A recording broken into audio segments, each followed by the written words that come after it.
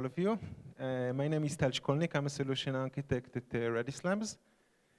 We're going to talk about modules. Okay, we're going to talk about modules. That is a new thing that will be available starting from version 5 of Redis Enterprise. One sec.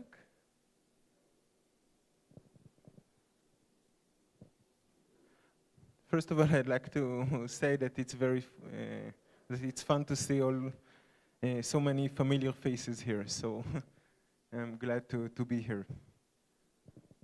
So just to tell you about the modules, this is something we started a bit more than a year ago.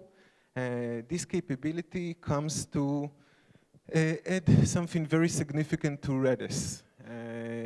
You all know that Redis is very performant. It knows how to provide very high throughputs. It knows how to work really fast and provide really good latencies.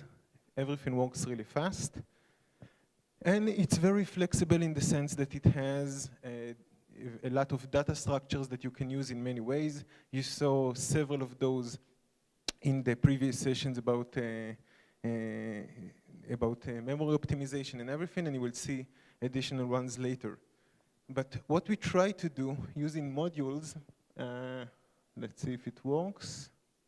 What we try to do using modules is actually to expand what Redis can do.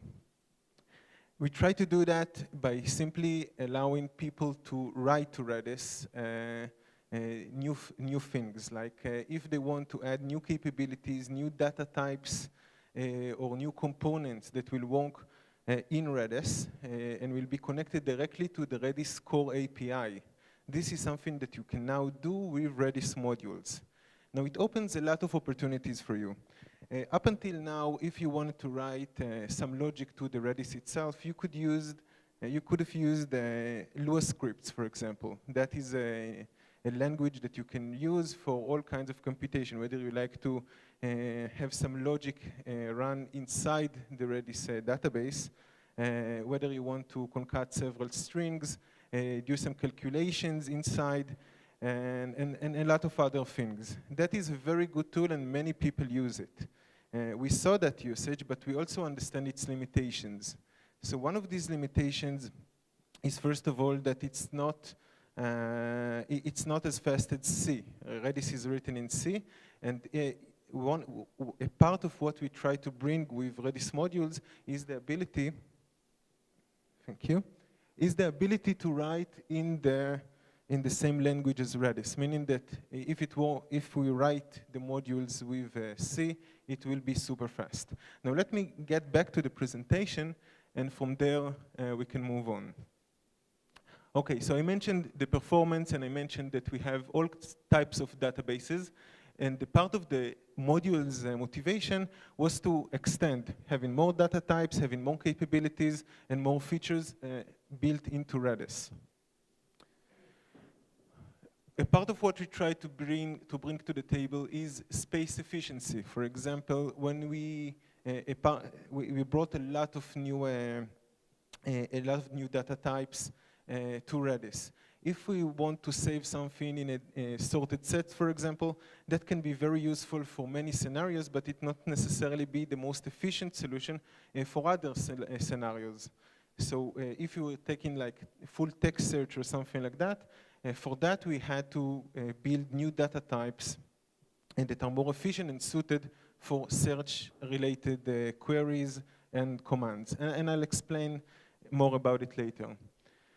Complex calculations. Now, this is something that comes with, let's say, Redis Search and other modules that we created ourselves, but it also allows you to bring the same logic that you used with Lua scripts to Redis with C code.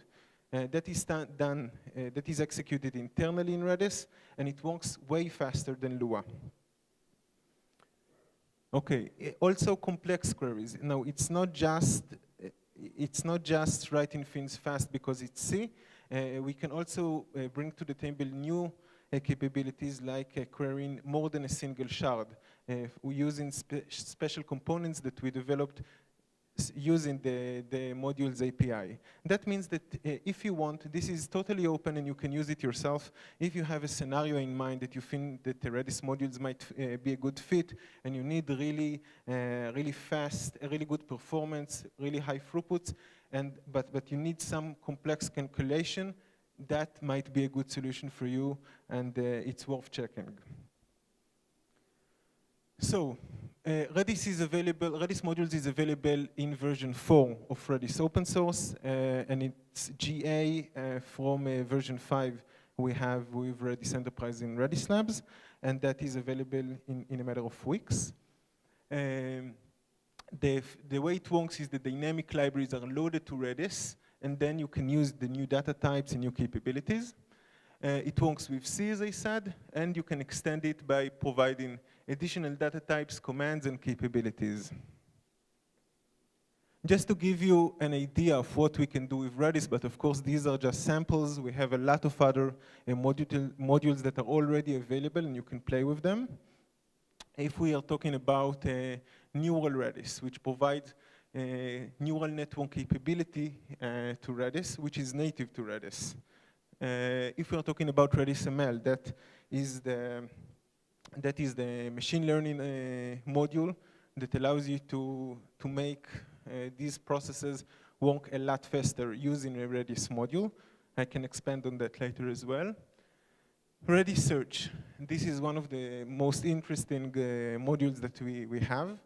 We built it ourselves for, I think, a year and a half or something like that. And it means that you can actually now use Redis for search. Like if you have, if you're now working with Elasticsearch and you see that you have to aggregate a lot of data, meaning ingestion of a lot of records all the time to the database. And you need to have much faster queries. This is one of the common scenarios for this. So we can actually accommodate a lot of writes and reads at the same time using Redis Search. It's very efficient, both in memory, meaning that it doesn't take a lot of memory. Second, it's super fast, and it handles very high throughputs. JSON, we saw a lot of demand for it, and we have big plans for it later on. Everyone probably works with hashes. Whoever works with Redis already know that Redis supports hashes, and it gives you a lot of new things that you can do for many scenarios. However, we see a lot of demand for JSON support as well. And I'm not just saying that we put the JSON like a string or something like that. We can actually manipulate the JSON and get just the properties that we want based on the path and other requirements. So this is another module that we provide. Rebloom. Rebloom is simply a Bloom filter. To my knowledge, it's the fastest Bloom filter available today. And I'll expand on that later as well. Redis Graph, graph capability. If you know Cypher or want to know Cypher, the graph currently supports Cypher on single shard, and we plan to have it on additional shards. That means that you can actually run graph-based queries on Redis. By the way, if you have any questions during the session, just raise your hand and I'll do my best to answer. Okay, just to give you a few details about Redis. It's written in C, it's optimized data structures, meaning that it uses, it doesn't use a lot of memory. It's very efficient in that case. And other than full text search, it also gives you the ability to search for hashes, for example. Let's say you have a product list or something like that, and you want to query based on the product price, the product's category, or a date of publication or something like that. This is something you can do with Redis Search, meaning that from now on, you will be able to search not just full text search, but you'll be able to search through hashes. And that's a great capability to have. Just to give you an idea of how it can work, I already mentioned that it can handle high throughputs, but you will be amazed at the numbers that you'll see. it's Redis fast. So you should expect to be able to handle tens of thousands or more of writes and reads to the database and still get amazing latency. You can scale it. That's something that when you think about search, if you're talking about, let's say, going through a sorted set, you're used to having the sorted set on a single key. Here we were able to build something very new in terms of Redis that allows you to do something, this kind of search operation across different shards and nodes. So you can even have a 100 node cluster that can support these kind of search capabilities. Okay, just to give you an idea how it works. Now I'm gonna be very basic here because I wanna cover several modules, so I'll be quick. You see here document 1, for example, and you see that it has several fields. We have a title, we have a price, and we have a description. Each field is of different type. You see that the title is text, the price is integer, and the description is category-based. So you can actually have some kind of tagging system or something like that that you can search through. Now, we actually, for every key, we hold both the index where it's, which documents correspond to this query, and we can have sophisticated queries. Now, it's not just if we have this specific query, it can be also a phrase or something similar relating to dialects, steaming and stuff like that. You can define it in the Redis search data type. Redis search has some kind of index object that we have, and that's usually how we save this data, meaning we save the positions and additional data that allows us to give you the results that you expect. Just to get an idea how it works, once we have a query, let's say LSD TV and price, we see that this specific query corresponds to several documents. So it's in this case, it's doc1, doc3, doc5, and you can see that the price is and the TV is doc1, doc7, and 19. So in this case, we'll probably get doc1. We see that price index also corresponds to doc1. But of course, once you play with it, you'll see, you'll know better how it works. Just to see and to get an idea how it compares to other solutions. So if you're using the same machines for both Solr, Elastic, and Redis, you can see, first of all, for a simple query like hello, the number of requests per second we can handle. Now, it's not exact numbers here because it's graph, but you can see that how it scales to several times higher throughput than both Elastic and Solr.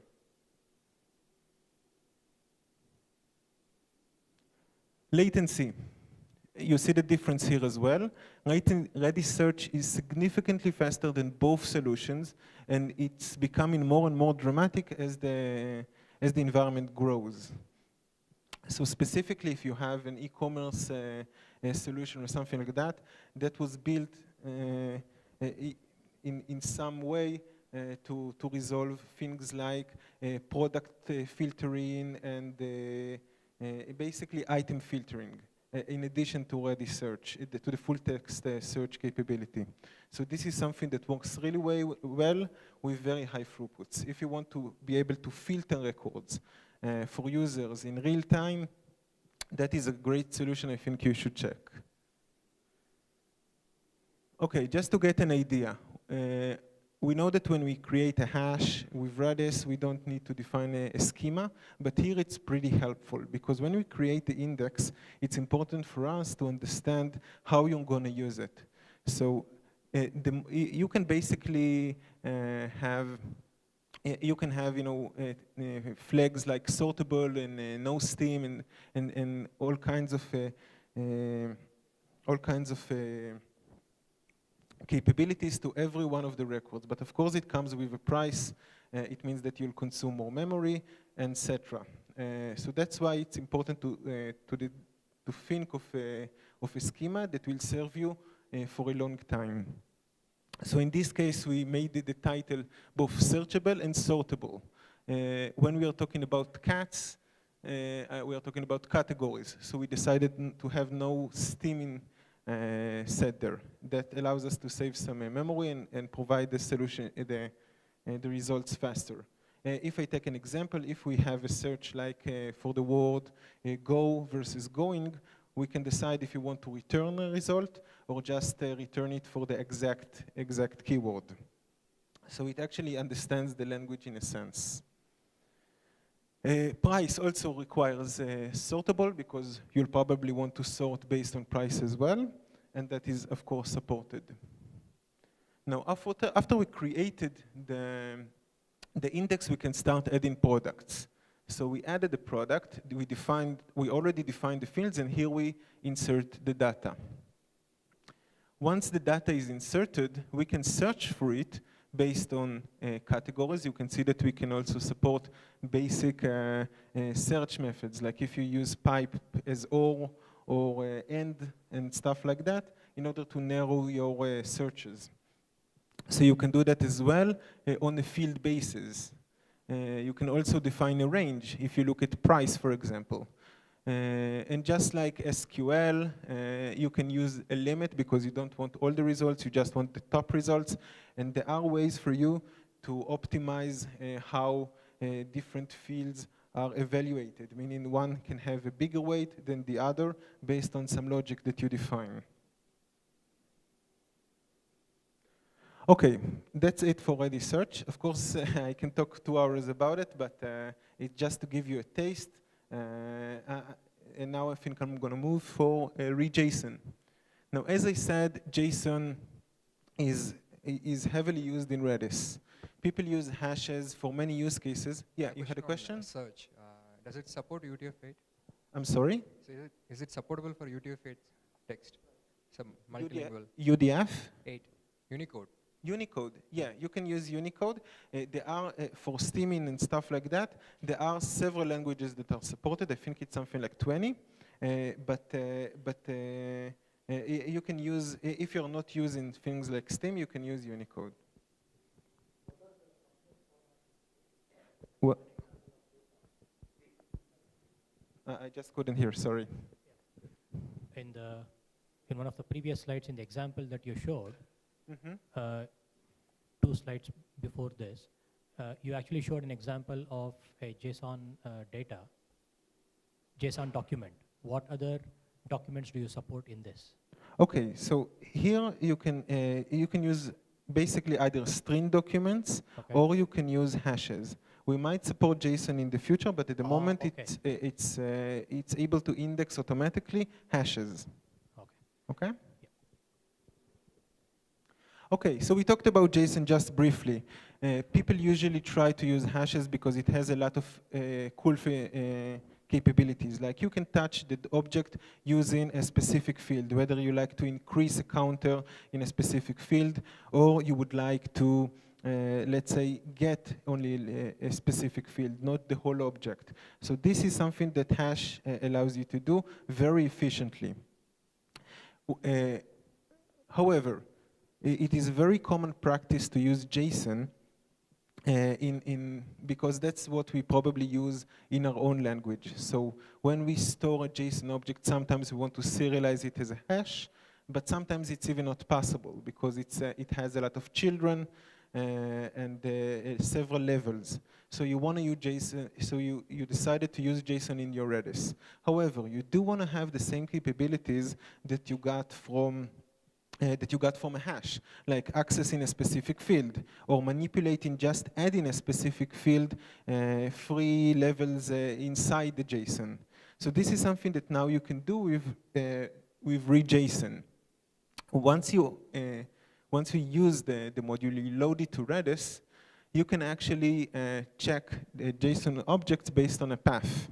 So you can get a specific field, you can set a new field, and everything is basically, most of the features that you know from JSON are available for you.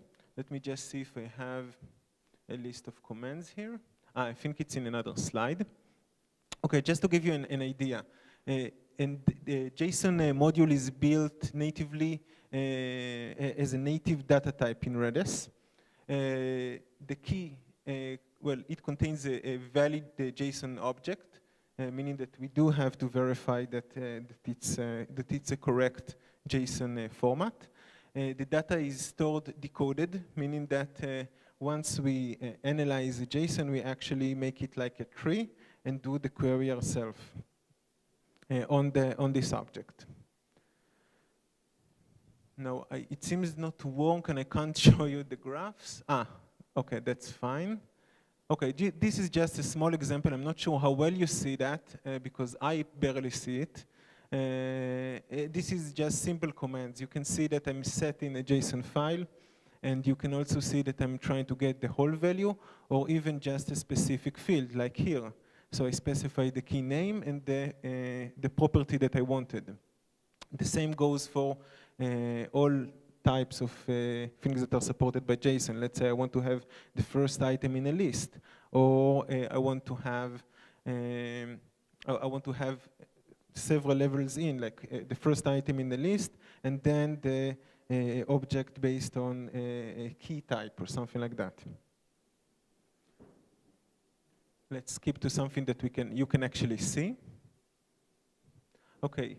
At the moment, we support several commands with Redis. These are the ones that we thought that are a must to begin with.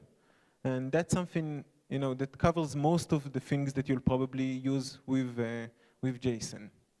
Just to get an idea how fast it works compares to using, let's say, JSON with Lua and message back. So you see in the graph the different results. You see in terms of throughput that we are, once it's a very simple scenario, like if you know that you need to use it with just getting the actual key, it will be faster if you use a different solution, because what we try to do, if you try to get the whole value, it means that we simply serialize the object for nothing, because we don't actually dig into the object. But if we do try to get a specific property, it's worth the effort, and you can see how the graph, once the commands are getting more complicated, and you dig deeper into the JSON, you see the performance differences between the two solutions. So it's several times faster than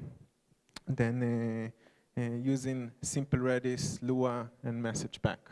The same goes for latency. You can see that the latency to get the results back is significantly lower for the more complex scenarios.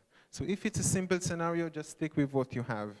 If it's a more serious scenario, I think it opens a lot of options here. Any question? Yeah. Shoot. I have actually played around with REJSON some time back. I was wondering, are you going to introduce query path expressions to query across several documents and then return a set? Okay, there are several things that we think about implementing, and some are already on the way. We are aware that there is demand for indexing JSON based on a specific field, and several other things that are required, like if we want to compress the data to get it, so it consumes less memory. These are definite things that we work on. I can't provide here any roadmap or anything like that, but it's definitely something we think, and you see I mentioned that in the next slides. Yeah, I find it a bit surprising because a combination of FT and then REJSON is exactly what I'm looking for. The combination of what? The search. Yeah, the indexing features of search and then the capability to store JSON, okay, is exactly the combination that I was looking for. I understand, but I believe that the way we'll implement things in Redis Search is a totally different animal.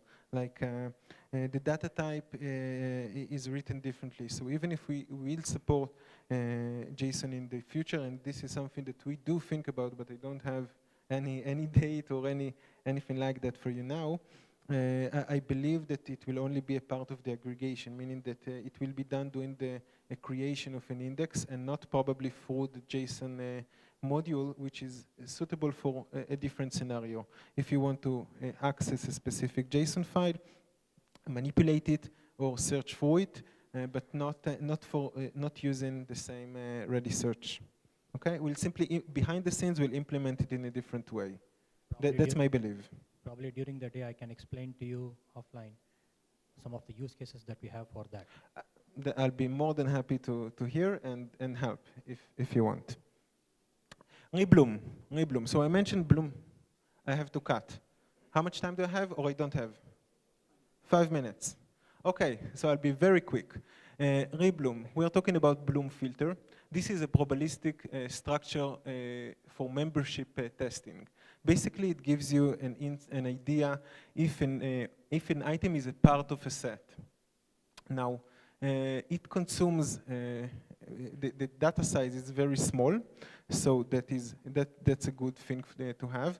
Let's say you have a big database and you know that you cached a lot of queries, or even let's take another example. You know you have a lot of objects in the database, but you don't want to run the complex queries every time if you're not sure that you have results in the database. So if you use the Bloom filter, you can get an idea if you should expect results or it's not likely to have it. Okay, so that's a common use case for that. There are a lot of others, but I'm a bit out of time. So I can tell you that this data type consumes, it doesn't consume a lot of memory, and it's super fast. It's written in C as well, and it gives you exactly what you want. Okay, what it's good for. Let's say you have, taking the scenario that I mentioned, you have a remote database or a database with complex queries, but you don't want to touch the database if you don't have to. So that's how you can use a Bloom filter. You can use, it's basically it's suitable for scenarios that tolerate false positives, meaning that sometimes you'll get a response that the item might be in the database and you'll query it and then you'll find out that the query doesn't return the result that you expected. So in 99% of the cases, you will see that you have the result in the database, but in 1%, you simply query the database for nothing. That's not a big deal in most cases, because if it worked for 99 cases, it means that only for 1% you query the database for nothing, but it will still be a valid solution to get the results back. Now, I know that this explanation is too quick and it's not thorough enough, so if someone is interested in learning more about Bloom filters, I'm here all day and I'll be more than happy to help. Let's see, I think I'm quite done. Just to give you a scenario. Rebloom is used at the moment in Reddit. They decided to use it because they need to check every time a person tries to change a password. They don't want to query to check the password that the user selected against 300 million passwords that they know they don't want the user to use. So instead of doing that, they just use Bloom filter. They put all the passwords in this data type, and they simply query it. They simply check if the password is there. That means that it saves them a lot of queries to databases and other, and even if they use something like a set to keep all these passwords, it wouldn't be feasible probably, or will require a lot of copies for the same set. So this is a great solution for such scenarios. I'm sorry I was very quick about it, and I'm here if you need something. Any questions? Shoot.